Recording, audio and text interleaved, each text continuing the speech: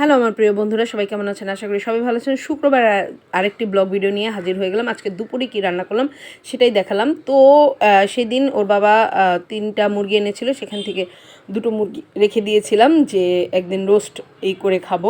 তো আজকে ওর বাবা বললো যে আজকেই সেটা করো। তো এই তো সেগুলো মাংসগুলো রোস্টের মতন ভেজে নিলাম। পরে ভাবলাম যে রোস্টের মতন না করে একবারে বিরিয়ানি রান্না করি। বিদ্যা বললো, মা একবারে বিরিয়ানি রান্না করো, তাতে তোমার ঝামেলাও কম হবে, রোস্ট করবা, পাশাপাশি আবার আরেকটা কিছু করতে হবে, তো একবার বিরিয়ানি রান্না করো। তারপরে এই তো আলু ভেজে নিলাম। এর পাশাপাশি হচ্ছে পেঁয়াজটা কষিয়ে সুন্দর করে প্রথমে বেরেস্তার পেঁয়াজ উঠিয়ে রেখেছি, যেহেতু বিরিয়ানি বেরেস্তা তো দিতেই হবে। তো এই তো এখানে হচ্ছে এই যে মাংসগুলো কষিয়ে নিলাম, তারপর হচ্ছে একে একে সব মশলাগুলো দিয়ে দেব, দিয়ে হচ্ছে মাংসগুলো দিয়ে তারপরে হচ্ছে সামান্য একটু দুধ দিয়ে দেব, দুধ দিয়ে আর হচ্ছে লেবু দিয়ে দেব। টক দই আর করিনি, আর টক দই ছিলও না ঘরে, তো ভাবলাম যে একটু এইভাবেই আলাদা করেই দিই।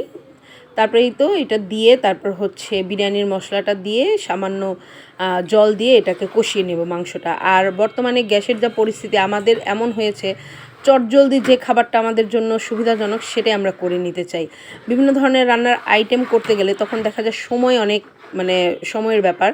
এইদিকে শুক্রবারের দুপুর দেখা যায় যে দুপুরের খাবারটা একটা অন টাইমে না হলে তাহলে কিন্তু হয় না। আবার বিকেলবেলা অনেক সময় ওর বাবার অফিসিয়াল কিছু মিটিং থাকে, সেগুলো অ্যাটেন্ড করা লাগে। সেই জন্য ভাবলাম যে রান্নাটা একটা শর্ট টাইমে কিভাবে করা যায়। তো পরে শেষে মাংসটা জাস্ট একটু কষিয়ে তারপর হচ্ছে মশলাটা করে নামিয়ে আমি চালটা এদিকে ভেজে নিলাম। চালটা ভেজে পরিমাণ মতো জল গরম করে সেটা দিয়ে দিলাম।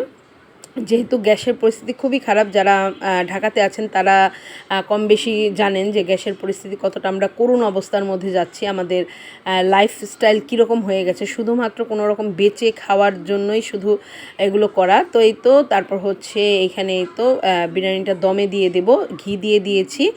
এর পাশাপাশি 2টার পরে দেখলাম একটু গ্যাস এসেছে, তারপরে এখানে ফ্রিজে কিছু ফ্রোজেন কাবাব ছিল, সেগুলো বার করে নিলাম। তো ভাবলাম যে স্লোক অনেক সময় মিটটা এভাবে খেতে চায় না, ওকে এটা ভেঙে খাইয়ে দেবো। তো পরে অন্দ্রিরা বললো আমিও খাবো, তো সবার জন্য করে নিলাম। এই তো আমার আজকে প্লেটটা সাজিয়ে নিলাম। তো কেমন হয়েছে অবশ্যই কমেন্টে বলবেন। আর দুপুরে আপনারা কী খাওয়া দাওয়া করলেন অবশ্যই কমেন্টে জানাবেন। আর আমার ভিডিওটা এতক্ষণ দেখার জন্য আপনাদের সবাইকে অসংখ্য ধন্যবাদ। আর আজকে এই পর্যন্তই, টাটা, বাই বাই, সবাই সুস্থ থাকবেন।